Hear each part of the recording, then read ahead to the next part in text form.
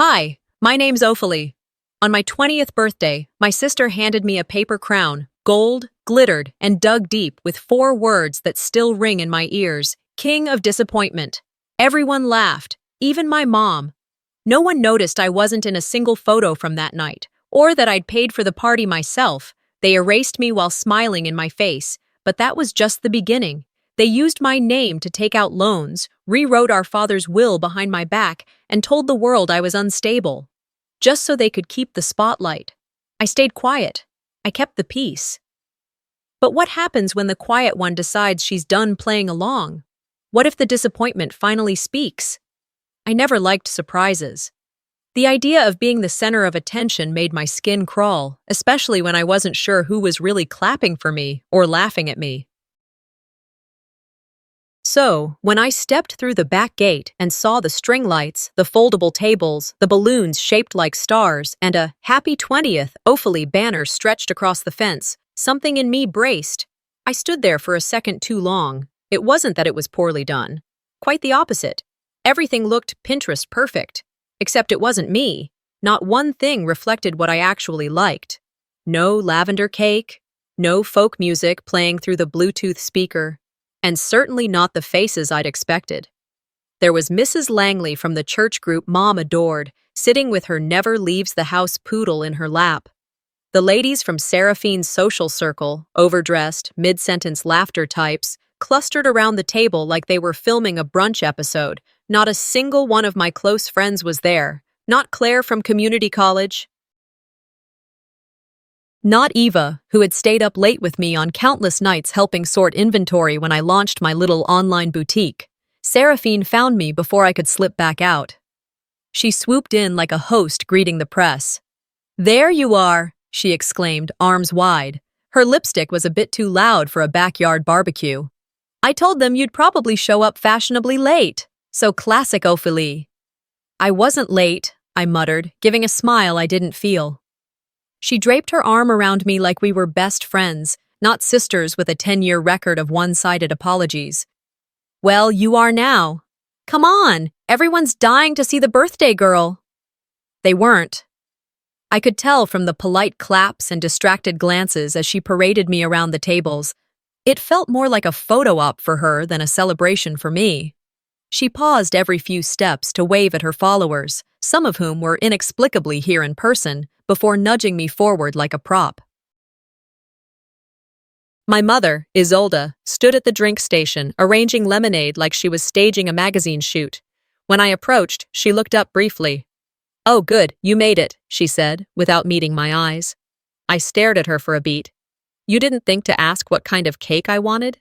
She blinked, then laughed. "Sweetheart, you barely eat cake." Which wasn't true. I don't eat the sugary, frosted mess she always bought from that store Seraphine liked. But I'd mentioned, more than once, that I loved lavender Earl Grey.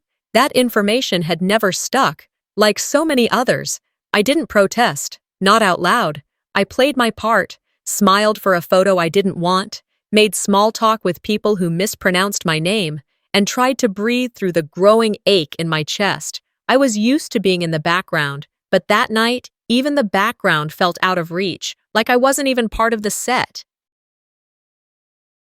About 45 minutes in, Seraphine tapped a spoon to her wine glass, commanding attention. "Okay, everyone, time for a little speech," she chirped.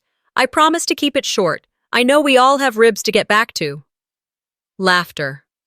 She stood in the center of the yard, like she was giving a TED Talk, while I lingered near the edge, hands wrapped around my water glass.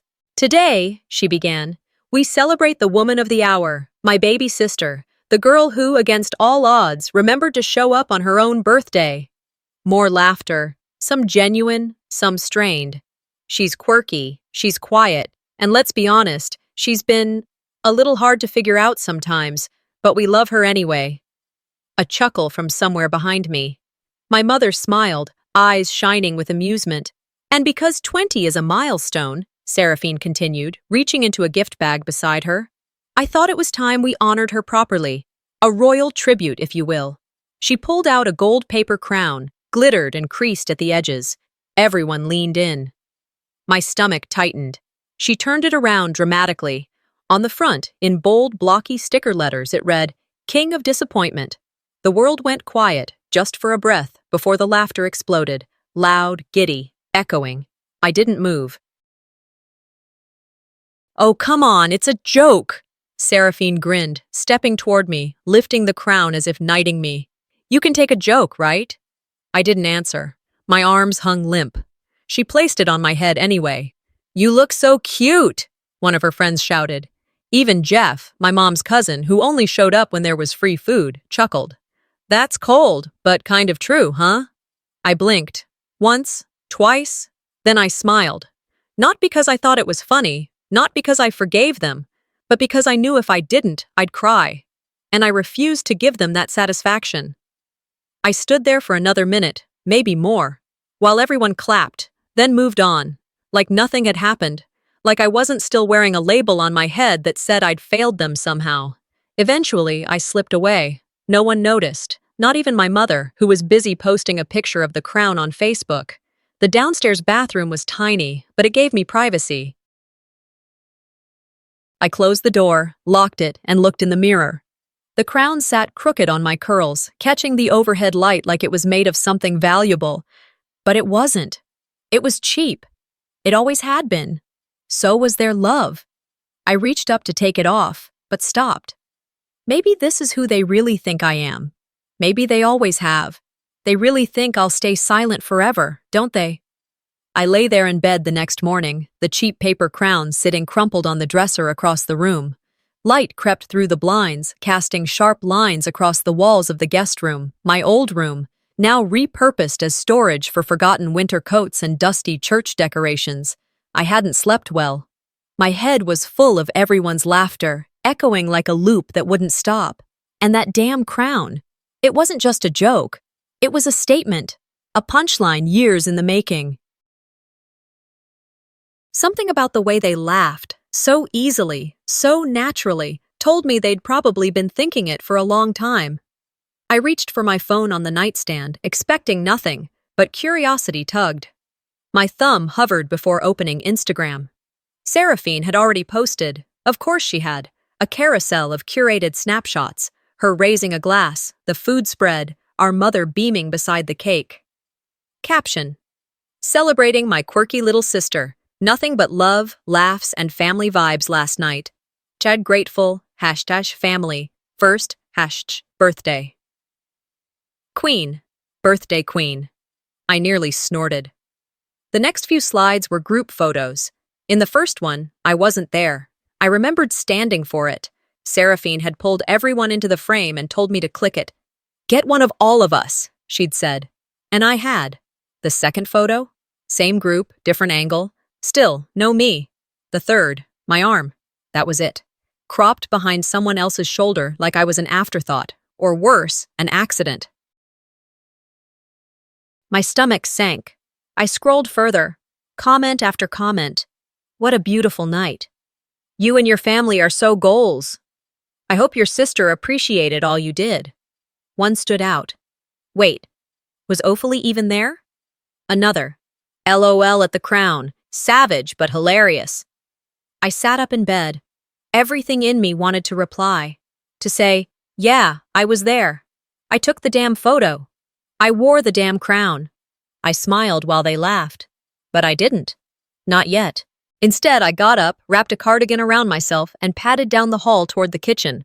I could hear clinking dishes and the faint hum of talk radio. My mother was already up, standing by the stove with her back to me, stirring oatmeal like we were still living in some version of the 90s where breakfast solved everything. Morning, I said quietly. She didn't turn around. Good morning. I poured myself some coffee, trying not to shake. I held the mug close like it could ground me. After a minute, I asked, Did you think it was funny? She paused, still not facing me. What? The crown. She gave a little laugh, tight, polite. Sweetheart, don't be so sensitive. Seraphine didn't mean anything by it. There it was, that phrase, that old standby. Don't be so sensitive. I turned toward her. It wasn't just a joke. That was humiliating. You saw how everyone reacted. No one stopped her. Not even you. Finally, She turned, oatmeal still in hand. Ophelie, it was a party. People were having fun. You always take things too personally. I blinked, once. Too personally. As if that crown wasn't about me, as if those photos didn't erase me. She stepped past me, setting the oatmeal on the table. You know, she said, a hint of exasperation in her voice, life is too short to be bitter. Your sister loves you in her own way. That's just how she is. She's playful. Playful? I repeated, the word sour in my mouth. Is that what you call it? She didn't answer. I stood there a moment longer, then walked away. Back to the room I no longer felt welcome in. I sat down on the edge of the bed, staring at the screen of my laptop. For the first time in a while, I opened a blank document. And then I began to list. Not events, not dramatic betrayals, just moments. Small, quiet slices that had built into this aching wall inside me. When she told our piano teacher I didn't practice, even though I did. When she used my college essay draft to build her about me speech. When she told Leora I'd dropped out because I couldn't handle pressure. When I paid the electric bill and she posted about being an independent woman. The first line I typed, though, was simple. No one asked what I wanted for my birthday. It seemed so small on the screen, but it carried 1,000 versions of silence. I didn't cry, not then. Instead, I kept writing. And as I did, something shifted. I wasn't just documenting pain, I was seeing it, naming it, laying it out like receipts. Not to prove to them, no. I was done proving anything. This was for me. By afternoon, I'd written nearly 3 pages, not polished, not poetic, just honest. I didn't eat lunch. I wasn't hungry. As the sky began to turn a deeper shade of gray, I sat on the windowsill with my notebook. The backyard was empty now. The lights had been taken down, no more plastic plates or folding chairs. Just grass and wind and the faint memory of laughter. I picked up my phone one more time. The post now had over 800 likes. Seraphine had pinned the comment. You're such a great big sister. So thoughtful. My thumb hovered over the comment button for just a second, and then I closed the app. They really think I'll stay silent forever, don't they? I whispered to no one. But something inside me smiled, because now I wasn't sure I would. No more silence. That thought had settled in me like a steady flame. Not an inferno, not yet, but a quiet, contained fire I had no intention of putting out. I closed the laptop and stretched my legs, stiff from sitting so long. The room felt heavier than before. Or maybe I was just starting to see how long I'd carried this weight without acknowledging it. I needed air and distance. So I slipped on my sneakers, grabbed my hoodie, and stepped outside, phone in hand but face unlit. I didn't walk far, just up the block and back, but enough to shake the static loose from my brain. When I returned, I went straight to the garage. There was a box there I hadn't opened since moving out for college. It sat behind the dusty toolbox and an old chair we never fixed. I carried it upstairs to my room, set it on the floor, and opened the lid. Inside were fragments, reminders of someone who had once believed her family would change if she just stayed kind enough. Birthday cards, school awards, my old journal, wrapped in an elastic band like it needed protection. I pulled the journal into my lap and peeled the cover open. Half the pages were gone, not ripped cleanly, torn, jagged, uneven, as if someone had gone through in a hurry, looking for something, or maybe trying to erase something. The realization came fast. Seraphine. I flipped what remained and found only one untouched page near the back. My handwriting looked smaller than I remembered, tighter, defensive. I wish Seraphine liked me as much as Instagram does. My chest squeezed. I could see myself writing that, 15 years old, knees pulled to my chest in this very room. The night she had mocked me for trying to be a poet. The way she'd laughed with her friend, reading my words out loud like they were a comedy skit. She actually thinks people care about this stuff, one of them had said. Cringe. I hadn't written again for 5 years. I ran my fingers over the page, not even aware of the tears tracking down my cheeks. Not the kind of sobbing that shakes your whole body, just quiet salt water, like my skin had been waiting for permission to let it out. I whispered to the room, to no one. You told the world who you thought I was. Maybe it's time I tell them who you really are. I stood and crossed the room to my desk. The house was quiet. My mom had gone to her book club meeting. Seraphine was likely off at some brand brunch or shooting her next real and raw story about how hard it is being an older sister to someone still finding herself. I powered up the laptop, took a deep breath, and opened a blank document. The cursor blinked like it was waiting for me. Unseen, a sister story. That's what I titled it. The words didn't rush out all at once. They came slowly, deliberately, like they wanted to make sure I meant them. I wasn't writing to attack. I wasn't here for pity. I was done apologizing for remembering things too clearly. I was done rewriting memories to suit the version of the story Seraphine liked to tell. I started with college. I wrote about working 2 jobs while she took credit for our shared apartment being paid. About how I'd saved every extra cent from tutoring just to buy her that laptop she said would finally help her be taken seriously. And then, graduation day. I was in the 3rd row, sweating in a folding chair, wearing a dress I bought from a clearance rack. She was on stage, all charisma and camera angles. Her speech had gone viral. 10 things I learned before 25. Everyone loved it. The crowd laughed in all the right places. But I remembered one line more than any other. My journey wouldn't be possible without Mom's love. Not my family, not my sister, not even a vague those who helped me get here. Just our mother. The woman who spent half the year criticizing Seraphine's outfits and the other half pretending none of it ever happened. That line had struck me like a slap I couldn't flinch from, especially knowing what she'd done with the laptop. I paused the typing and walked to my closet, reaching for the shoebox I hadn't touched in years. Inside were old receipts, some faded, some pristine. I found the one from the Apple Store, $1,299. Paid in full, my name on the card. My handwriting on the note I'd placed in the box with the gift. So proud of you. You deserve this. Ophalie. She had peeled it off. She told everyone she'd bought it herself, part of her investment in her future. She rewrapped it in new paper and filmed herself opening it like a haul.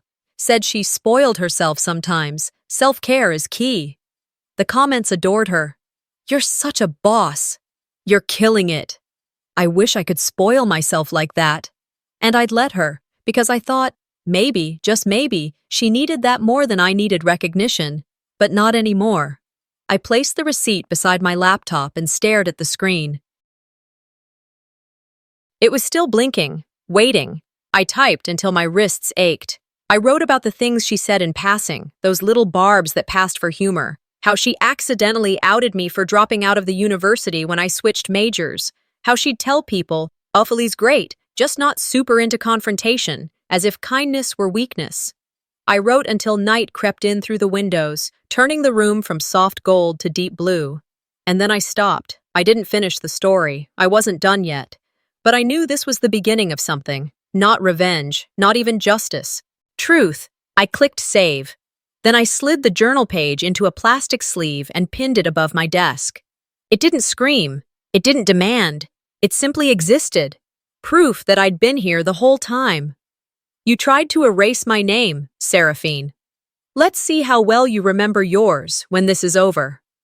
I whispered those words more to myself than anyone else as I stared down at the folder marked Estate, House Records.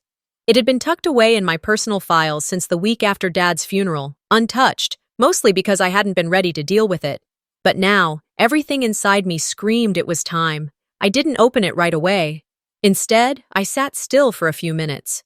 The kind of still where your body is quiet, but your thoughts run like trains in every direction. I'd reached the edge of something. The moment when you stop excusing what's been done to you and start acknowledging it as deliberate. And then my phone buzzed. It was a notification from the credit monitoring app I'd installed back in college during a budgeting phase I never really outgrew. A new loan account has been added to your credit report. I stared at the screen, heart climbing higher in my chest. I hadn't applied for anything. Click. Login. Verify. The loan was active. It was for a women's coaching certification through an online platform I'd never heard of. tuition, $3,200, and it was under my name. My throat dried instantly. I scrolled down the details. The e-signature, not mine, but familiar. It was a lazy version of my name, scrawled the way Seraphine used to forge excuse notes when we were in high school. Same swoop on the V in Varen. Same unnecessary heart dotting the I. I dropped my phone on the desk and stood up. I didn't pace. I didn't panic. I went to the kitchen, made a cup of tea, waited until my hands were steady again. Then I picked up the phone and called the loan provider. After 20 minutes of being passed around departments, I finally got someone willing to talk. A tired-sounding rep who read my account info out loud as if she were reciting a grocery list. Yes, this was submitted with a digital signature last Thursday, she confirmed. It was processed through a verified IP address, registered in your household. I closed my eyes. Of course it was. We still shared the family internet account, even though I rarely stayed at the house anymore. Just enough overlap for this to pass. Can you email me a copy of the signature file? I asked. She hesitated. For privacy reasons, I'm the account holder, and this is fraud. 10 seconds later, the file hit my inbox. I opened it. There it was, her version of my name, scribbled with the same confidence she used when taking the last word in every conversation. I didn't cry, I didn't throw things. I simply saved the PDF and renamed it Seraphine Loan Forgery.pdf. And then I opened the drawer in my desk and pulled out the small USB drive that had gathered dust for nearly a year, the one Dad had handed me on his last conscious day. Don't open this right away, he'd said, barely audible, his voice gravelly from the hospital oxygen. Wait until you're ready to remember who you are. At the time, I'd thought it was poetic, dramatic even. Now I realized, maybe he knew more than I did. I plugged it into my laptop. A single file popped up, varenwillaudio.mp3. I hit play. His voice filled the room, steady, familiar, a little raspy. If you're hearing this, it means I'm gone, and you're the one finally dealing with what I couldn't finish. I've updated the legal documents, but in case there's ever a question, let this serve as record. The house should be split between Ophélie and Seraphine, equally, no matter what anyone says. I sat frozen. He continued. I know it wasn't always easy. I know I didn't always step in when I should have. But I've seen how much you've carried, Ophélie, more than you should have had to, and I want this to be fair. That's all I've ever wanted. Then the recording shifted. A slight shuffle. Then another voice entered, unmistakable. Let's not make this about fairness, Dad. You know she's too soft for this stuff. Seraphine. My lungs tightened. I paused the recording. That single sentence rewrote everything I'd been holding on to. Every ounce of guilt for not doing more, saying more, being more, gone. Not because I didn't care, but because she never intended for me to matter in the first place. I pressed play again. You said to split it, she continued. But you also said I'd know how to handle things, and honestly, she doesn't. She still writes in journals. She cries during commercials. You want someone like that owning half of this? Then silence. Long, awkward silence. Dad never responded. The recording ended a few seconds later. I removed the USB and placed it on my nightstand. That night, I didn't sleep. I printed out the loan documents, attached them to an envelope, and labeled it private for my records. The next morning, I booked a meeting with a financial advisor downtown. I didn't give them a sob story. I just told the truth. I need to sever financial ties with my sister, fully. The advisor, a woman named Renee with silver hair and sharp glasses, nodded like she'd heard this story more times than she cared to count. Within an hour, she had walked me through the process, removing my name from our shared accounts, canceling old auto-pay cards Seraphine had access to, initiating a fraud report for the loan. When we were done, Renee looked at me and said, "You did the right thing." I gave her a small, tired smile. I know. Later that afternoon, I texted Seraphine, short, direct. From now on, your choices are yours alone. So are your bills. She didn't reply. I didn't need her to. At home, I went back to the folder labeled Estate, House Records. Inside was a copy of the old property title, one where Dad had written both our names. But that wasn't the name on the current deed. Not anymore. Something had changed. And now I was going to find out exactly what. Let them all clap for a lie. I'm done keeping quiet for applause. It was a warm Tuesday morning, early enough that the air still carried a trace of the ocean fog that sometimes drifted up from the coast. I sat at the edge of my bed, fully dressed, staring at my phone as the event reminder buzzed for the third time. I had 15 minutes before I needed to be at the community center downtown for the youth entrepreneur panel. It was my first speaking engagement, an invitation from the small business initiative I'd quietly donated inventory to last winter. I had gone back and forth about saying yes. Public speaking had never been my strength, but something about this felt different. Maybe it was the way the invitation had been worded. Your story matters. Maybe it was that for the first time in years, I felt like I had a story worth telling. I gathered my notes, took one last look in the mirror, and drove. The community center was already buzzing when I arrived. Young professionals in business casual wear mingled around coffee tables. Flyers about startup grants were taped to the walls. There was a folding table set up near the entrance with a banner that read, Local Voices, Real Journeys. My name was on the program. Ophélie Varine, independent brand founder. And then I saw her, Seraphine. She stood near the refreshment table, talking animatedly to one of the event coordinators. She wore a white blazer and those tall, pointed heels she only pulled out when she wanted to be taken seriously on camera. I blinked. She wasn't on the panel. My stomach twisted, but I smiled as I approached the check-in desk. Hi, I'm Ophélie. Yes, of course, the volunteer beamed. We're excited to have you. You'll go on right after the keynote. Just head backstage when they start rapping. I nodded, thanked her, and avoided eye contact with my sister. When it was my turn to speak, I stepped up to the mic. My heart pounded so loud I was sure it had its own mic feed. I adjusted the height, glanced once at my paper, then looked out at the room. I used to believe my value came from how well I could stay quiet. A pause. A few heads tilted, curious. I thought that if I didn't cause waves, if I worked hard enough in the background, eventually the people I cared about would notice. I was just starting to find my rhythm when the sound system gave a sudden pop. The mic cut out completely. I tapped it, confused. Another sharp buzz, then silence. From the side of the stage, Seraphine appeared, striding confidently in. Oh no, tech problems, she said into a wireless mic that was somehow working just fine. Don't worry, we've got it covered. Before I could react, she turned to the audience and launched into a polished, sweeping version of my message. You see, she began, we all struggle with identity, especially in family systems that don't always know how to celebrate us. I stood there, dumbfounded. My outline, my language, my emotional beats. All filtered through her theatrical delivery, like it had always belonged to her. The crowd laughed at her jokes. They nodded at her insights. They clapped when she ended with a heartfelt, "Let's stop asking permission to take up space." I clenched my fists at my sides.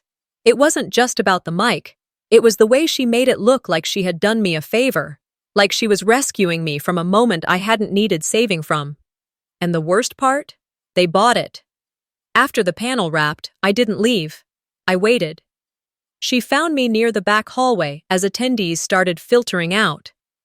Well, she said, smoothing her blazer, that could have gone worse. I stared at her. You stole my moment. She tilted her head, eyes wide with mock confusion. Ophélie, come on. You froze. I saved you. You should be thanking me. I took a step closer, my voice low but steady. You didn't save me. You silenced me, again. She rolled her eyes. Oh, please, not everything is about you. I was trying to protect the event. You know how awkward you get when you're nervous. I smiled, just slightly. Next time you try to speak for me, Seraphine, I'll speak louder. I didn't wait for a reply. I turned and walked out, heels echoing on the concrete. As I got to my car, the memory hit me like a flash. College. sophomore year, a branding workshop where we were supposed to design a visual identity for a product. I had worked for 3 days straight on mine. A minimalist color palette, clean typography, brand story included. The instructor had pulled it from the table and held it up. "This," she said, "is exactly how branding should feel. Purposeful, clean, honest." I'd felt like I could finally breathe. Until 2 weeks later, Seraphine had posted a photo on her social media. Same design, slight tweaks. Caption: "My visual concept on branding color theory. Simplicity speaks louder than noise." 3,000 likes.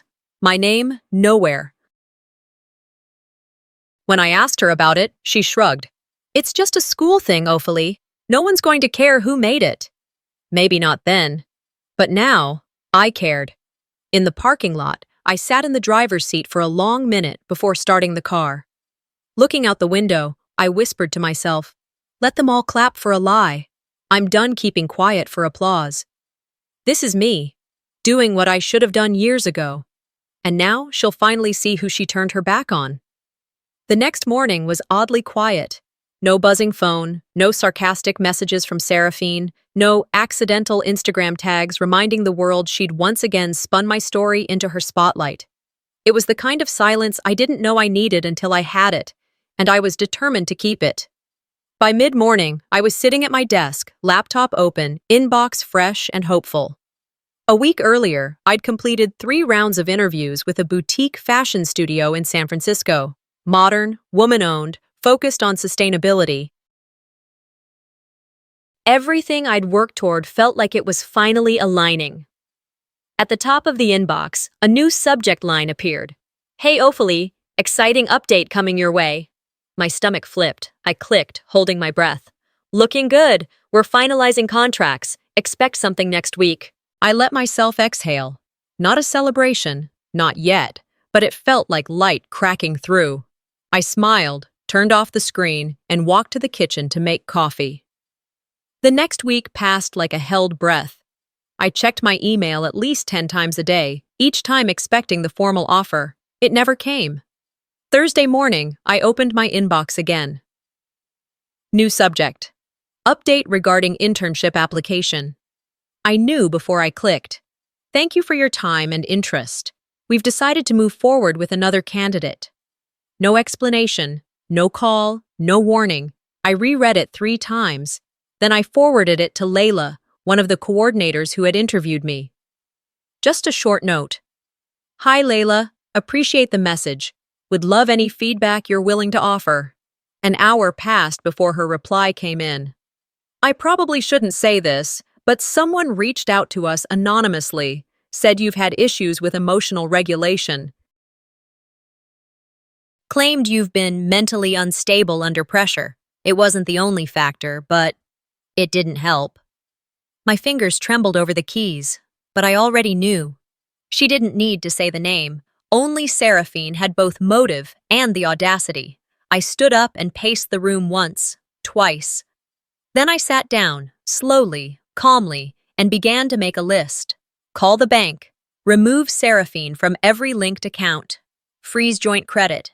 Cancel every shared service I paid for, but she used. I didn't flinch. I didn't rage. I just acted. By early afternoon, the auto pay for her cell phone bill was gone. The shared streaming accounts locked. Her monthly rideshare pass, mine for years, disabled. I also called the landlord of our late father's rental property. My name was still on the cosigner line. I asked to be removed and sent them proof of my disassociation from the household, legally and emotionally. By 5 o'clock, everything financial tethering us was cut. That evening, I turned off my phone and walked to the corner coffee shop. I hadn't been there in weeks, but something about the soft yellow lights and the quiet background chatter helped me think. And that's where I saw her, Leora, my best friend from high school, or at least she had been. She was flipping through a travel magazine by the window, a half-drunk latte beside her. I approached slowly, unsure if I was ready for this. "Hey," I said softly. She looked up, her expression froze. "Ophalie," she said flatly. "I didn't know you'd be here." "I live a few blocks down," she replied, voice cool. Didn't think you came here anymore. I needed a reset. She nodded once, then went back to her magazine. I waited. After a pause, I asked, "Did something happen?" Lyora closed the magazine and looked up at me, her face hard. "Your sister told me you've been going through things, that you're rewriting stories, making people out to be villains." I blinked. "She said I should be careful around you, that sometimes you twist facts to make yourself look like the victim." My throat tightened, but I didn't break eye contact. She said that? She did. And honestly, I didn't know what to think, but you disappeared, and I didn't know if that meant she was right. I stood there, not sure how to respond. Then I said, "She didn't lie to you by accident. She needed you to believe it, so I'd be alone." Lyora hesitated. Why would she do that? I didn't answer, because deep down, we both knew the truth. People like Seraphine thrive when the ones who threaten their narrative are too isolated to speak. I left the coffee shop without finishing my drink. Back at home, I opened my phone. A new message from Seraphine. "What the hell do you think you're doing?" I stared at it for a long minute. Then I deleted it. No reply. No explanation. No energy wasted. Instead, I pulled up my banking dashboard one more time. All cleared. No remaining links. The last tendril of connections severed. I leaned back in my chair and looked out the window as the sun disappeared behind the rooftops. My heart didn't feel lighter, but it felt stronger. I whispered to no one, or maybe to her, "This is me, doing what I should have done years ago. Let's finish what they tried to erase." I said it out loud, like a vow, as I stared at the USB drive resting next to the paper crown. The two objects couldn't have been more different. One flimsy, childish, dripping with sarcasm, the other small and silent, but heavy with truth. I wasn't ready to open the file just yet. I needed one more night of clear thinking before lighting that fuse. Instead, I made tea, sat by the window, and checked my messages.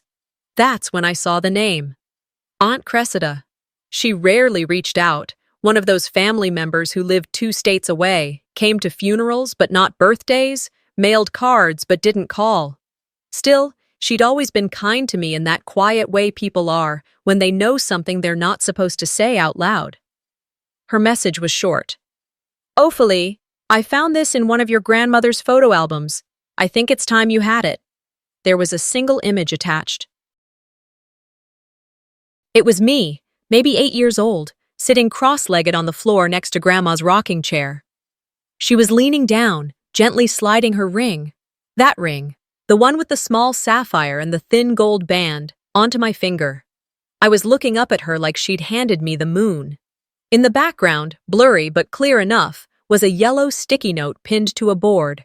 "For Ophelie, you see people for who they really are." My throat caught. I hadn't imagined it. I hadn't fabricated the stories in my head, twisted memories to feel more loved than I was. It had happened. She had chosen me for something, even if no one else ever acknowledged it. I saved the photo and sat still, letting the warmth in my chest spread, fighting the sting in my eyes. But the heat didn't last long. By late afternoon, Seraphine struck. She posted a picture of herself and me from a family event 2 years ago. I remembered the day. Our mother had just gone through a surgery, and we were both pretending things were normal. In the photo, Seraphine was smiling. I looked neutral, as always. The caption? "To my sister, if my jokes ever hurt you, I'm sorry. I just wanted you to be strong. I hope you remember family is everything, even when it's messy." The comments were instant. "You're such a good sister." "Wow, this is so mature of you." "Family over everything, always." "I don't know what Ophelie's problem is. She's lucky to have you." I stared at the screen, fists clenched. It wasn't even the apology itself that made me shake. It was the performance. The manipulation buried under faux empathy. She didn't tag me, of course. Didn't message me directly. This was never meant for me. It was for her audience, her narrative. I didn't reply. I didn't argue. Instead, I uploaded the photo Aunt Cressida had sent me. No caption, no hashtags, just the image. And I logged off. That evening, while folding laundry, I checked back. DMs were already coming in. Wait, is that the ring Seraphine said she inherited? Wasn't that supposed to go to her? This doesn't match the stories she's been telling. I think I've been following the wrong sister. It had begun. I didn't post anything else. Not yet. But I opened a folder on my desktop I had labeled receipts. Inside were screenshots, emails, bank transfers, calendar logs, the loan in my name, the photos from the birthday party where I took pictures of everyone else but wasn't in a single frame. A copy of the flyer from the speaking panel where my name had been removed. I created subfolders. Loan in my name, Crown incident, visuals, cut mic, raw footage, shared expenses. I wasn't planning to blow it all up, not right away, but it was all there, organized, ready.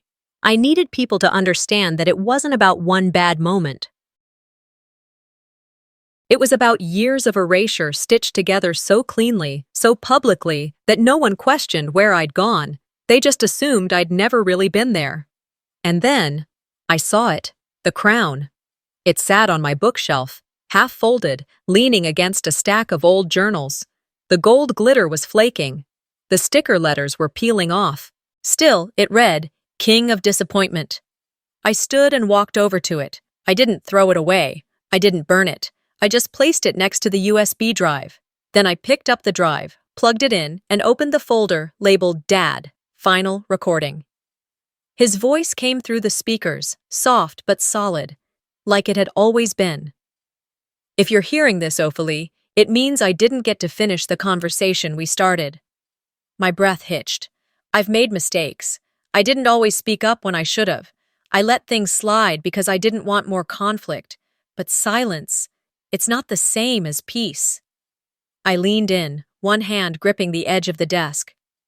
There are things your sister doesn't know, things your mother chose not to see. But you've always seen clearly, even when it hurt. He paused. I left instructions. But if anyone challenges them, if they try to rewrite what I said, just remember, the truth always finds its way back. And I trust you to tell it. I pressed pause. I couldn't listen to the rest yet. But I knew. The truth was mine now, and I wasn't going to bury it to keep anyone else comfortable. Sometimes silence isn't weakness. It's strategy. That line had played in my head long before I ever said it aloud. But now it lived outside me, out in the world, captured in an interview clip that was already climbing in views by the hour. It wasn't flashy. Just me, sitting in a quiet studio, telling the truth in simple terms. No names, no dramatics. Just my story. I hadn't expected it to go viral. Young entrepreneur builds six-figure brand after family betrayal, the headline read. The clip had been shared by a local journalist who covered small business stories. She'd asked if I was comfortable going on record, and I'd said yes, without hesitation for the first time in my life. I didn't say Seraphine's name once, but I didn't have to. The way I spoke, firm, clear, unshaken, told enough. In the comments, she's the real deal. Not performative, just powerful. I know sisters like that. This hit deep. By mid-afternoon, my inbox had filled with speaking requests, collaboration ideas, and more than one note from women saying, "Thank you for saying it out loud." Meanwhile, something else had been moving behind the scenes. Arthur Wren, my lawyer, had spent the past 6 weeks doing what he did best, quiet paperwork with loud consequences. The house. My father's house. The one I had once been told no longer had space for me. It was up for sale. After Seraphine had struggled to keep up with taxes and maintenance, following the loss of her partnerships, endorsements, and the slow, humiliating unraveling of her curated persona, she'd made the decision to list it. She didn't know who the buyer was. That was intentional. We filed through an LLC registered under my company name. Arthur made sure all legal trails were clean enough that Seraphine could sign without seeing what was coming. I didn't attend the closing. There was no need to be there when the paperwork was enough. Later that week, I drove up the old road to the house. The gate squeaked like it always had. The jasmine by the porch had long overgrown, curling along the railing. The front door still stuck slightly when I pushed it open. I stood in the entryway for a long time, letting the quiet fill in where memories had once shouted. My voice broke it. Bought with profit from disappointment. No one laughed, but I smiled. I walked the hall slowly. The floors still creaked in the same places. The paint had faded, and the carpet needed replacing. But I didn't see work. I saw space. My space. In the living room, I took out the photograph Aunt Cressida had given me, the one with Grandma sliding the ring onto my hand. I placed it gently on the mantel. I didn't bring boxes or make plans. I just breathed. Later that evening, I pried open a loose floorboard beneath the window seat. I'd hidden something there when I was 14, a sketchbook. I had been afraid to throw it away, but afraid to look at it too. It was still there, untouched. I flipped through the pages, pencil sketches of clothes I dreamed of making one day. Some designs were childish, others surprisingly sharp for a kid who never took formal lessons. I smiled at one that I had labeled, Rebuild. I closed the book and placed it on the desk near the window. Then I sat in the same spot my father had used to watch the world go by. I didn't cry, I didn't gloat, I just exhaled.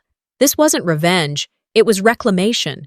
This was never about punishing Seraphine, it was about finally choosing myself. That evening, the clip from my interview aired again, this time nationally. A morning show had picked it up. Back at her apartment, Seraphine watched it. I knew she did because her name popped up briefly in my notification feed, viewed my story. She didn't message. But I imagined what she saw. Her younger sister, calm and composed, telling the world, "You don't have to yell to be heard. You just have to stop whispering." Her phone buzzed again. I had no way of knowing exactly which call came through, but I could picture the scene. The sponsors backing out. The vague apologies. The silence after the applause dies down, and you realize it was never for you, just for the image you built. My voice echoed on her screen. Sometimes, silence isn't weakness, it's strategy. The quiet wasn't heavy, not anymore. It came softly, like morning mist across the window panes of my new store in downtown Santa Rosa.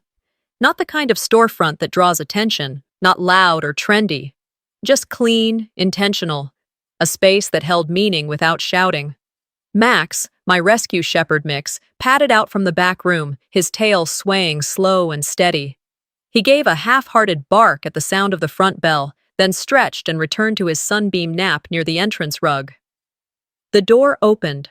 A young woman stepped inside, paused to admire the framed sketches on the wall. One of them, a design I'd drawn at 16, still made me proud. Another, newer one, was simply titled Growth. She wandered to the display case near the back.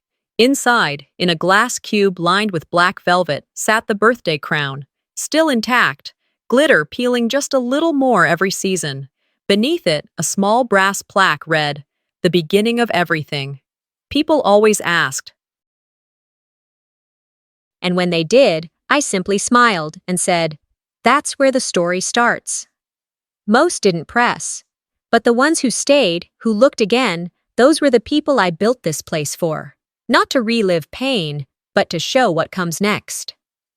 That afternoon, as I restocked a shelf, my phone buzzed, a message from my cousin, Laura. We hadn't spoken in months, but she'd always been kind in her own quiet way. "Saw Mom at the Harris brunch yesterday. Someone asked about you." She said. Ophelie chose to distance herself. That's her decision. No sadness, no hesitation, just finality. I stood there for a few minutes, letting that settle in. Then I whispered, "So, it's official." It didn't sting like I expected. I'd already mourned that connection. I'd stopped waiting for a version of her that would never come, the one who defended me, the one who said, "She's still my daughter." That woman had never existed outside my hopes, and that was okay. Later that week, I sat at my desk in the back office. The evening was slow, just a few browsers, Max snoring gently nearby. I reached into the drawer and pulled out a plain white envelope. Inside was the letter I had written months ago. It was addressed to both Seraphine and Isolde, not with the expectation of forgiveness, not as an invitation to reconnect, Just words I had needed to say. You taught me to apologize for my silence, and then punished me when I finally spoke. I don't hate you, but I'm no longer afraid of what loving myself might cost you. The last line read, I forgive you, but that doesn't mean I return. Forgiveness is for me now, not you. I folded it back into the envelope. Still unsent, but not unread. I opened the front door to let in the evening air. The streetlights buzzed to life one by one, casting long amber shadows across the sidewalk. A couple passed by, holding hands. The woman smiled at Max through the window. He thumped his tail lazily in response. I stepped outside for a moment and leaned against the doorway. The old house was behind me now, both figuratively and literally. I'd bought it back, yes, but not to live in. I'd renovated it, rented it out to a family who'd moved here from Oregon, a woman with 2 daughters and a deep appreciation for old wood floors. Letting go didn't mean erasing. It meant making room for something better. Sometimes I still remembered the sound of that party, the laughter, the moment the crown was placed on my head. I didn't dwell on it anymore, but it lived in me, like an old bruise that no longer ached but remained visible if the light hit just right. And that was fine. Some things aren't meant to disappear. They're meant to teach. Before closing up for the night, I placed the day's cash into the deposit bag, counted inventory, turned off the lights, and locked the door. Max followed me down the sidewalk as we walked the few blocks home. It wasn't a long walk, but I liked taking the longer route, passing the bookstore, the bakery where the owner knew my name and always saved me the corner piece of lemon cake. As we reached my front steps, I paused. Max sat beside me, eyes tilted toward the stars. You can survive silence, I said softly. You can grow inside it. I reached for the keys, hand steady, breath even. And eventually, you bloom. I opened the door to my home, and just before stepping inside, I whispered one last truth into the night. Because I was never the disappointment, I was the rewrite. Sometimes the people who hurt us most are the ones closest to home. But strength isn't always loud. It can be quiet, patient, and deliberate. What would happen if you stopped shrinking to fit someone else's version of you? If this story resonated with you, drop a comment below and tell me your own experience with family silence or survival. And don't forget to subscribe for more powerful family stories just like this one. You're not alone.